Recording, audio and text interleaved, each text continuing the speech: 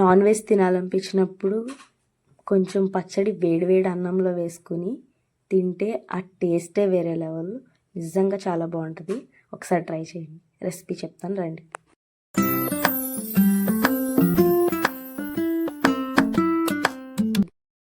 Cleaning చేసిన తర్వాత 1 kilo రొయ్యలు అనమాట. వాటిని బాయిల్ చేసుకోవాలి. నార్మల్గా మనం గ్యాస్ మీద పెట్టుకుంటే ఆటోమేటిక్గా వాటర్ వచ్చేస్తుంది. కొంచెం పసుపు వేసుకుని ఉడకపెట్టుకోవాలి. ఉడకపెట్టుకున్నాక స్ట్రెయిన్ చేసుకుని పక్కన పెట్టుకోవాలి. ప్యాన్ పెట్టుకుని ఆయిల్ వేసుకోవాలి.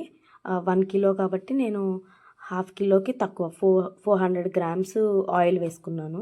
ఆయిల్ వేసుకుని ఆయిల్ వేడైన తర్వాత రొయ్యలు వేసుకుని మనం గోల్డెన్ కలర్ వచ్చే వరకు ఫ్రై చేసుకోవాలి.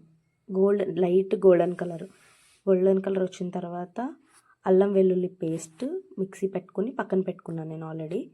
అది కొంచెం వేగిన తర్వాత గోల్డెన్ కలర్ వచ్చిన తర్వాత అల్లం వెల్లుల్లి పేస్ట్ కూడా వేసుకుని కింద కలుపుతూ ఉండాలి. ఎందుకంటే మాడుతుంది, లైట్గా మాడకుండా కొంచెం కలుపుకుంటూ ఉండాలి దగ్గరుండి.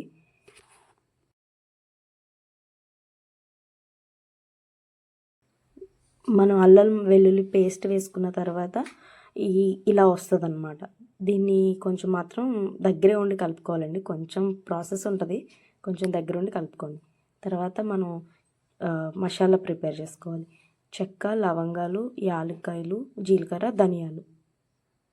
అంటే మీ క్వాంటిటీ బట్టి, మీకు స్పైస్ ఎంత కావాలో దాన్ని బట్టి తీసుకోండి, సరిపోతుంది. వేయించుకుని పక్కన పెట్టుకోవాలి. నిమ్మరసం తీసుకుని పక్కన పెట్టుకోవాలి. నేను 5 నిమ్మకాయలు తీసుకున్నాను. నిమ్మరసం తీసుకుని పక్కన పెట్టుకోవాలి. మనం వేయించుకున్న మసాలా కూడా గ్రైండ్ చేసుకుని పక్కన పెట్టుకోవాలి. వేయించుకున్న రొయ్యలు ఉన్నాయి కదా, అవి ఒక గిన్నెలోకి తీసుకుని ఒక హాఫ్ గ్లాస్, చిన్న గ్లాస్తో హాఫ్ గ్లాస్ 50 గ్రామ్స్ ఉంటుంది సాల్ట్. మీ టేస్ట్కి తగ్గట్టు మీరు వేసుకోండి. నేను 100 గ్రామ్స్ ఏమో కారం వేసుకున్నాను. అదే గ్లాస్తో 100 గ్రామ్స్ మసాలా పొడి. అంటే మనం ఎక్కువ ధనియాలు వేసాం కాబట్టి ఎక్కువ స్పైస్ ఉండదు, మీ స్పైస్కి తగ్గట్టు వేసుకోండి. ఇవన్నీ కలుపుకున్న తర్వాత మనం తీసుకుని పెట్టుకున్న నిమ్మరసం కూడా ఇప్పుడు ఏ గ్లాస్ అయితే కొలతకు వేసుకున్నానో అదే గ్లాస్తో ఒక గ్లాసు నిమ్మరసం వేసుకున్నాను. అంటే అది కూడా మీ టేస్ట్కి తగ్గట్టు. నాకైతే ఒక గ్లాస్, కొంచెం పులుపుగా ఉంటే బాగుంటుంది అనేసి ఒక గ్లాస్ వేసుకున్నాను. కలుపుకున్న తర్వాత మనం టేస్ట్ చూసుకోవాలి, అన్నీ సరిపోయినాయా లేదని. నాకైతే పర్ఫెక్ట్గా సరిపోయినాయి. మీకు ఏమన్నా ఎక్కువ తక్కువ అయితే అడ్జస్ట్ చేసుకోండి. ఎక్కువ అవ్వదు, తక్కువ అవుతుంది, అడ్జస్ట్ చేసుకోండి. కావాలంటే ఇంకొంచెం వేసుకోండి.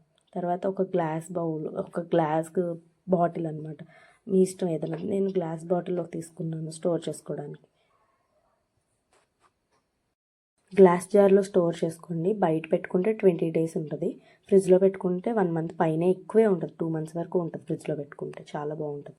వీడియో నచ్చితే ప్లీజ్ సబ్స్క్రైబ్ చేయండి. Thank you.